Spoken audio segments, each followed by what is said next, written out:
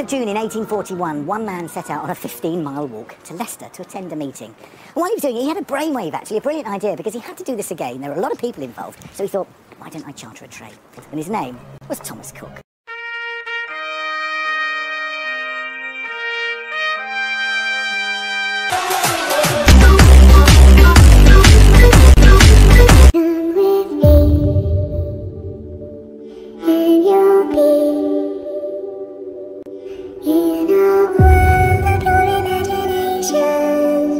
Ladies and gentlemen, ladies and gentlemen.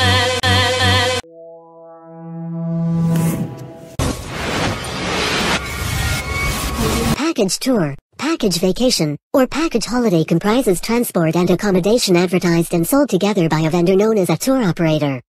He built a business empire worth billions, but nothing in his early life remotely suggested that he would one day become a household name across the globe.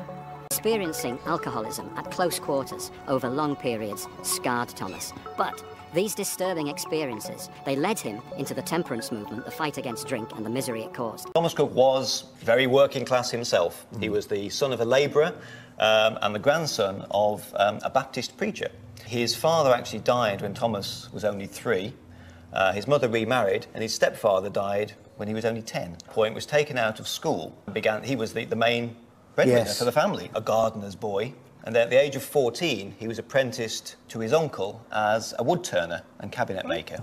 Really, it was the religious side to his upbringing which was more important. Yeah. At the age of 20, he went off and became an itinerant Baptist preacher, as he saw it. He believed that all problems in Victorian England were down to alcohol.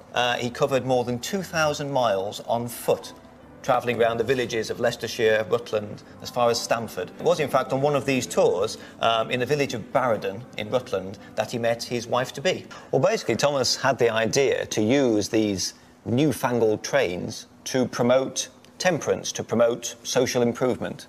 So his idea, essentially, was to charter a train to take people to a temperance meeting. About 500 people went on that first trip. They paid a shilling a head, travelled in open carriages, and there were 2 newspaper reports on the trip as well. In 1841, Cook began printing his first small leaflets to accompany his tours. First commercial venture was actually a trip to Liverpool in the summer of 1845. It involved an overnight stay. Well, it caused a sensation in Leicester, this trip.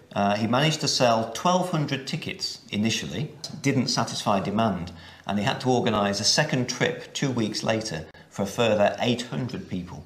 So that's 2,000 people from Leicester went to Liverpool.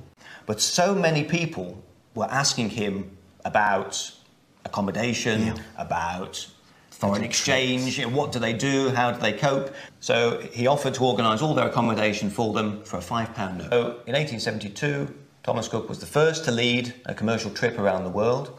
He was absent for 222 days. He wrote lots of letters as he travelled. He wrote a series of letters to the Times and other newspapers, which he published on his return in a little book. But he also wrote every Sunday to his wife. He built an impressive head office in London and was ready to move the company forward. Package holidays are a form of product bundling. The first organised tours dated back to Thomas Cook, who on the 5th of July 1841, chartered a train to take a group of temperance campaigners from Leicester to a rally in Loughborough, 11 miles away. By 1872 he was undertaking worldwide tours. The gradual decline of visits to British seaside resorts after the Second World War, Thomas Cook and Son began promoting foreign holidays. Information films were shown at town halls throughout Britain. The amendments made in Montreal to the Convention on International Civil Aviation on June 14, 1954 was very liberal to Spain, allowing impetus for mass tourism using charter planes. By the late 1950s and 1960s, these cheap package holidays, which combined flight, transfers, and accommodation, provided the first chance for most people in the United Kingdom to have affordable travel abroad. Thomas Cook. He made it possible for countless millions of tourists to visit stunning locations by arranging excursions at affordable prices for all classes of people. 2007, the revenue of the UK arm of the holiday firm was over £3 billion a year. The downfall can be traced back to the fatal mistake of embarking on a spending spree.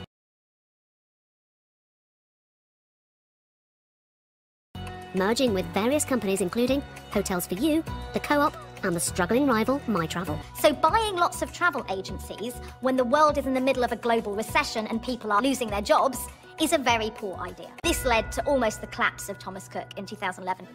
They fly holidaymakers to places like Spain, Italy, Greece, and now Thomas Cook has a debt crisis of its very own. Despite their troubles back in 2011, the acting CEO of Thomas Cook was defiant. We will not go bust. Increased debt since 2007 and allegations of mismanagement are said to be some of the factors that led to the company's eventual demise. The bad bet was high street stores, very expensive, at a time when we all go shopping on the internet.